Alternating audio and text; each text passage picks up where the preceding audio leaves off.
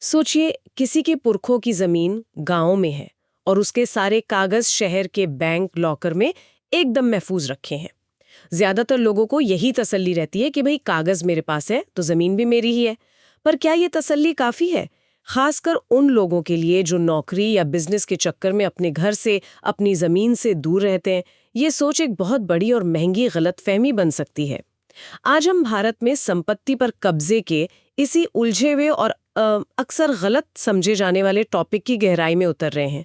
हमारे पास जो जानकारी है वो हमें कब्जे की अलग-अलग किस्मों, उनसे निपटने के कानूनी रास्तों और इस पर सुप्रीम कोर्ट के कुछ बहुत अहम फैसलों के बारे में बताती है। और आज हमारा मकसद सिर्फ ये जानना नहीं है कि कानून क्या कहता है, बल्कि इस सोच से बाहर निकलना है कि सिर्फ कागजी सब कुछ है।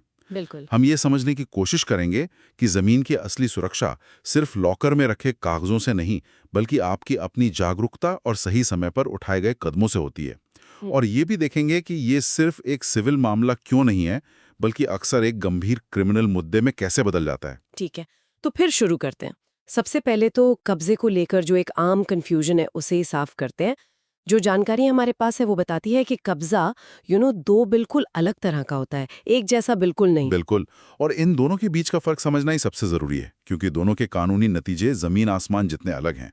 पहला है अवैध कब्जा, मतलब इलीगल पोजीशन। Illegal possession. इसे आप सीधी सीधी गुंडागर्दी समझिए।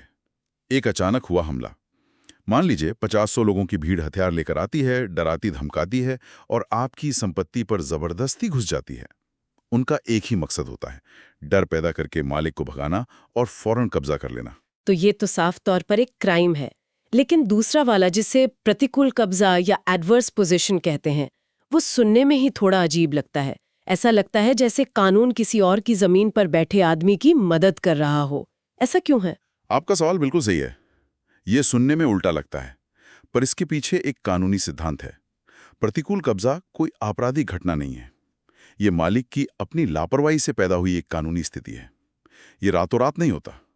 जब कोई व्यक्ति किसी और की निजी संपत्ति पर 12 साल तक 12 साल? हाँ, 12 साल तक लगातार शांति से बिना किसी रोक टोक के रहता है और असली मालिक इस पूरे अरसे में उसे हटाने के लिए कोई भी कानूनी कार्रवाई नहीं करता, तब कब्जा करने वाला मालिकाना हक का दावा कर सकता है। 12 साल, ये तो बहुत लंबा समय है। बिल्कुल। और कानून का एक सिद्धांत है, विजिलेंटिबस नॉन डॉर्मियंटिबस जूरा सब्विनियंत। इसका मतलब? इसका मतलब है कानून जागने वालों की मदद करता है, सोने वालों की नहीं।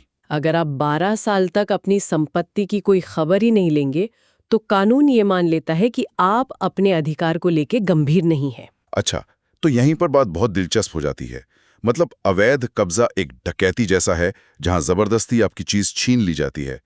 लेकिन प्रतिकूल कब्जा ऐसा है जैसे कोई किराएदार या केयरटेकर धीरे धीरे मालिक की सालों की अनदेखी की वजह से उस जमीन पर अपना हक जताने लगता है। ये छोटा सा फर्क जानना उन सभी लोगों के लिए बहुत जरूरी है जिनकी प्रॉपर्टी दूर दराज के इलाकों में है और वो खुद शहरों में रहते हैं। तो ठीक है, उस पहले वाले डरावने सीन पर वापस आते हैं। अगर किसी के सामने सच में वो स्थिति आ जाए जब कोई भीड़ जबरदस्ती जमीन पर कब्जा कर रही हो, तब क्या करना चाहिए? जाहिर है उनसे लड़ना तो कोई समझदारी नहीं है। बिल्कुल नहीं। ऐसी स्थिति में घबराने के बजाय सोच समझकर कदम उठाने चाहिए। सबसे पहला और सबसे जरूरी कदम है अपनी सुरक्षा। अगर 50-100 लोग हथियार लेकर आए हैं तो उनसे भिड़ने का मतलब है अपनी जान को खतरे में डालना। अपराधी चाहते ही यही है कि आपा खोकर आप कोई गलती करें, तो पहली प्राथमिकता है किसी सुरक्षित जगह पर पहुंचना। ठीक है, एक बार जब कोई सुरक्षित जगह पर पहुंच जाए, तब उसे सिर्फ पुलिस का इंतजार करना चाहिए या कुछ और भी है जो वो कर सकता है? यहीं पर दूसरा कदम आता है, सबूत इकट्ठा करना। अगर मुमकिन हो और आप सुरक्षित दूरी पर हों, तो अपने मोबाइल फोन से उस पूरी घटना की तस्वीरें और वीडियो बनाइए। कोशिश करें कि अपराधियों के चेहरे, उनके हथियार, उनकी गाड़ियों के नंबर और वो क्या कर रहे हैं, जैसे दीवार तोड़ना या कुछ बनाना, ये सब रिकॉर्ड हो जाए। अच्छा। ये वीडियो और तस्वीरें बाद में आपके केस की लीड की हड्डी साबित होंगी। और सबूत हाथ में आने के बाद सीधा पुलिस स्टेशन? हाँ, तीसरा और सबसे अहम कदम, एफआईआर दर्ज कराना। फौरन नजदीकी पुलिस स्टेशन जाकर एक लिखित एफआईआर दीजिए। और ये एफआईआर बहुत ध्यान से लिखवानी चाहिए। ये सिर्फ एक शिकायत नहीं है, ये आपके पूरे कानूनी केस का आधार है। एक अच्छी और मजबूत एफआईआर में क्या-क्या होना चाहिए? मतलब किन बातों का खास ध्यान रखना चाहिए? बहुत अच्छा सवाल है। सबसे पहली चीज, जानकारी सरल और सच्ची हो, घटना को ज्यों का त्यों बताएं, मिर्च मसाला लगाकर या बढ़ा चढ़ाकर लिखने से बचें। राइट। अदालत में ऐसी बातें आपके खिलाफ जा सकती हैं। दूसरी बात, सारी जरूरी डिटेल्स दें। आपका नाम, अगर हमलावरों को पहचानते हैं तो उनके नाम, उनकी अंदाजन संख्या, उनके हाथों में क्या हथियार थे, उन्होंने क्या किया, ये सब साफ साफ लिखें। और जमीन की डिटेल्स भी देनी होंगी, है ना? हाँ हाँ बिल्कुल, अपनी संपत्ति का पूरा ब्यौरा, खाता नंबर, प्लॉट नंबर, कितना एरिया है और ये जमीन आपको कैसे मिली, इसका भी जिक्र जरूर करें। और अपनी एफआईआर के साथ जमीन के कागजात की एक फोटोकॉपी लगाना बहुत जरूरी है। ओके। और आखिर में पुलिस से साफ तौर पर अनुरोध करें कि इलाके में शांति बनाए रखने के लिए इन लोगों को तुरंत रोका जाए और किसी भी तरह के अवैध निर्माण पर रोक लगाई जाए। पर सबसे आम समस्या तो यही आती है। अक्सर पुलिस ये कहकर पल्ला झाड़ लेती है कि ये तो सिविल मामला है, जमीन का झगड़ा है, आप कोर्ट जाइए। तब क्या किया जाए? ये एक बहुत बड़ी और असली चुनौती है, लेकिन इसका भी रास्ता है। सबसे पहले तो ये दिमाग में बिठा लें कि किसी को उसकी संपत्ति से बलपूर्वक निकालना सिर्फ सिविल नहीं बल्कि एक संगीन आपराधिक मामला है। अच्छा। कानून व्यवस्था बनाए रखना पुलिस की ड्यूटी है। अगर लोकल थाना एफआईआर लिखने से मना करता है तो चुप ना बैठें, फौरन जिले के एसपी यानी पुलिस अधीक्षक के पास जाएं और उन्हें पर्सनली मिलकर एक लिखित आवेदन दें। और उस आवेदन में ये लिखना जरूरी है कि थाने ने मना कर दिया है? बेहद जरूरी। अपने आवेदन में साफ साफ लिखें कि फलां थाने ने आपकी एफआईआर दर्ज करने और कार्रवाई करने से इनकार कर दिया है। ज्यादातर मामलों में एसपी के दखल देने से लोकल पुलिस हरकत में आ जाती है। इनके अलावा ऑनलाइन एफआईआर या जीरो एफआईआर जैसे विकल्प भी हैं। इनका मकसद यही है कि आपकी शिकायत दर्ज हो और कानूनी प्रक्रिया शुरू हो जाए। ये तो हुई उस स्थिति की बात जब मामला गर्म हो, लेकिन उस दूसरे यानी प्रतिकूल कब्जे वाले मामले का क्या, जिसमें कोई भीड़ नहीं है, कोई हिंसा नहीं है, बस कोई पुराना किराएदार या रिश्तेदार आपकी जमीन पर सालों से रह रहा है। ये तो एक तरह का खामोश खतरा है। और इसीलिए ज्यादा खतरनाक है। जैसा मैंने पहले कहा, इसके पीछे लिमिटेशन एक्ट का सिद्धांत है। कानून ये मानकर चलता है कि अगर आप 12 साल तक अपनी प्रॉपर्टी की कोई सुध नहीं लेते और कोई दूसरा उस पर शांति से रह रहा है तो आप अपने अधिकार खो चुके हैं। ये दिखाता है कि कागज लॉकर में पड़े रहने से जमीन सुरक्षित नहीं हो जाती। तो फिर इससे बचने का क्या तरीका है, खासकर उन लोगों के लिए जो सच में हर साल अपनी जमीन पर नहीं जा सकते? इसके लिए कुछ बहुत ही प्रैक्टिकल कदम है। सबसे पहला और सबसे जरूरी है सक्रिय निगरानी। आप खुद नहीं जा सकते तो किसी भरोसेमंद दोस्त, रिश्तेदार या किसी प्रोफेशनल को जिम्मेदारी दें कि वो साल में 1-2 बार जाकर आपकी संपत्ति को देखें। अच्छा, मतलब एक तरह की विजुअल रिपोर्टिंग? हाँ, तस्वीरें भेजें, रिपोर्ट दें, मतलब आपको पता होना चाहिए कि वहां चल क्या रहा है। और अगर किसी को रहने के लिए दिया हो, जैसे किराएदार को या किसी को देखभाल के लिए रखा हो, तब दूसरा उपाय काम आता है, पक्के कानूनी समझौते। अगर आपने अपनी संपत्ति किसी को इस्तेमाल के लिए दी है तो हमेशा एक लिखित किरायानामा मतलब रेंट एग्रीमेंट या लीज एग्रीमेंट बनवाएं। और सबसे जरूरी, उसे हर 11 महीने या तय समय पर रिन्यू करवाते रहें। ये लिखित दस्तावेज इस बात का पक्का सबूत है कि सामने वाले का कब्जा आपकी मर्जी से है, आपके अधिकार के खिलाफ नहीं है। और मान लीजिए किसी को शक होने लगे कि किराएदार या रिश्तेदार की नीयत ठीक नहीं है, तो फिर तीसरा उपाय है समय पर एक्शन।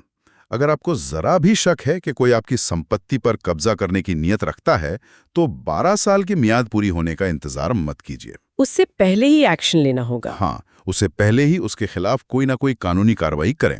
इस 12 साल के अंदर की गई कोई भी कानूनी कार्रवाई, चाहे वो एक पुलिस शिकायत हो या एसडीएम कोर्ट में दिया गया एक आवेदन, वो भविष्य में प्रतिकूल कब्जे के किसी भी दावे की हवा निकाल देगा। चलिए, अब जरा सुप्रीम कोर्ट के फैसलों पर आते हैं। ये अक्सर इतनी मुश्किल कानूनी भाषा में होते हैं कि आम आदमी के पल्ले ही नहीं पड़ते। हमारे पास जो जानकारी है उसमें कुछ ऐसे फैसलों का जिक्र है जो तस्वीर को काफी साफ कर देते हैं। हाँ, और अगर हम इन्हें एक साथ देखें तो पता चलता है कि हमारे कोर्ट्स कब्जा के मामले को कैसे देखते हैं। एक बहुत अहम फैसला है राम गौड़ा बनाम एम वरदप्पा नायडू 2004 का। इसमें सुप्रीम कोर्ट ने एक बड़ी दिलचस्प बात कही। उन्होंने कहा कि अगर किसी व्यक्ति का किसी संपत्ति पर शांतिपूर्ण कब्जा है। एक मिनट, शांतिपूर्ण कब्जा, भले ही वो कानूनी तौर पर मालिक ना हो?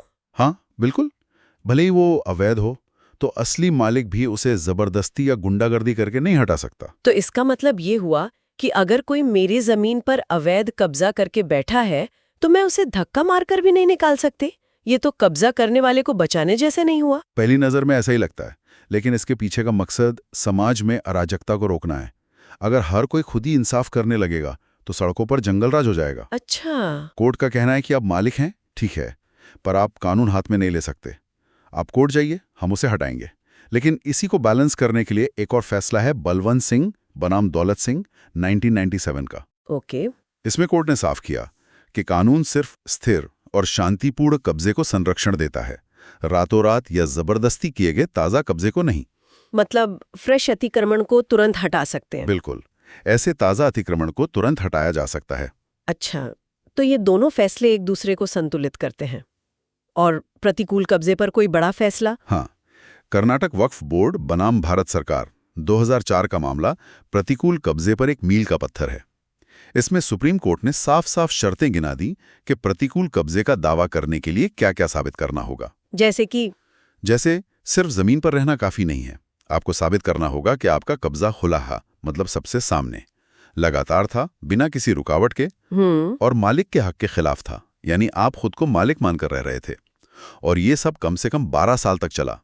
इन शर्तों ने झूठे दावों पर काफी हद तक रोक लगा दी। एक और फैसला है जो मुझे आम आदमी के लिहाज से बहुत काम का लगा, अंथुला सुधाकर बनाम पी बुच्ची रेड्डी 2008 का। हाँ, ये शायद सबसे प्रैक्टिकल फैसलों में से एक है। ये लोगों का समय और पैसा बचाने में मदद करता है। कोर्ट ने इसमें समझाया कि आपको कब कौन सा केस फाइल करना है। अच्छा। उन्होंने कहा अगर झगड़ा सिर्फ कब्जे को लेकर है और आपके मालिकाना हक यानी टाइटल पे कोई सवाल नहीं उठा रहा, तो सिर्फ स्थायी निषेध आ गया, मतलब इंजंक्शन का मुकदमा डालिए। यानी कोर्ट से बस ये ऑर्डर ले लीजिए कि आपको कोई परेशान न करे। बिल्कुल। लेकिन अगर कोई आपके मालिकाना हक को ही चुनौती दे रहा है, तब आपको घोषणा और कब्जे का एक बड़ा और पूरा मुकदमा दायर करना होगा। इससे गैर जरूरी मुकदमों की भीड़ कम हुई। तो इन सारी बातों का निचोड़ क्या है? इन कानूनी प्रक्रियाओं से, सुप्रीम कोर्ट के फैसलों से सबसे बड़ा सबक क्या मिलता है? मुझे तो यही लग रहा है कि संपत्ति के कागज आपकी सुरक्षा की गारंटी नहीं है, वो तो बस कहानी की शुरुआत है। असली सुरक्षा तो आपकी अपनी चौकसी और जानकारी में है। आपने बिल्कुल सही समझा, सार यही है।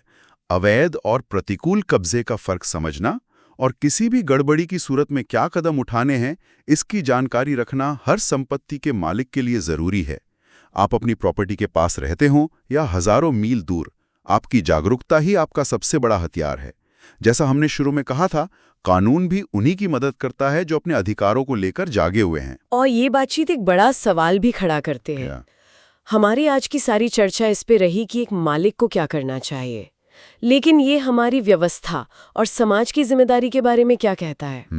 आज जब हमारे पास डिजिटल लैंड रिकॉर्ड्स हैं, जियो टैगिंग और सैटेलाइट मैपिंग जैसी तकनीक है, तब भी जमीन के ये झगड़े एक अकेले इंसान की सतर्कता पे इतने ज्यादा निर्भर क्यों हैं? ऐसी स्थितियों को पैदा होने से पहले ही रोकने में टेक्नोलॉजी और हमारा समाज मिलकर क्या भूमिका निभा सकते हैं? ये सोचने वाली बात है।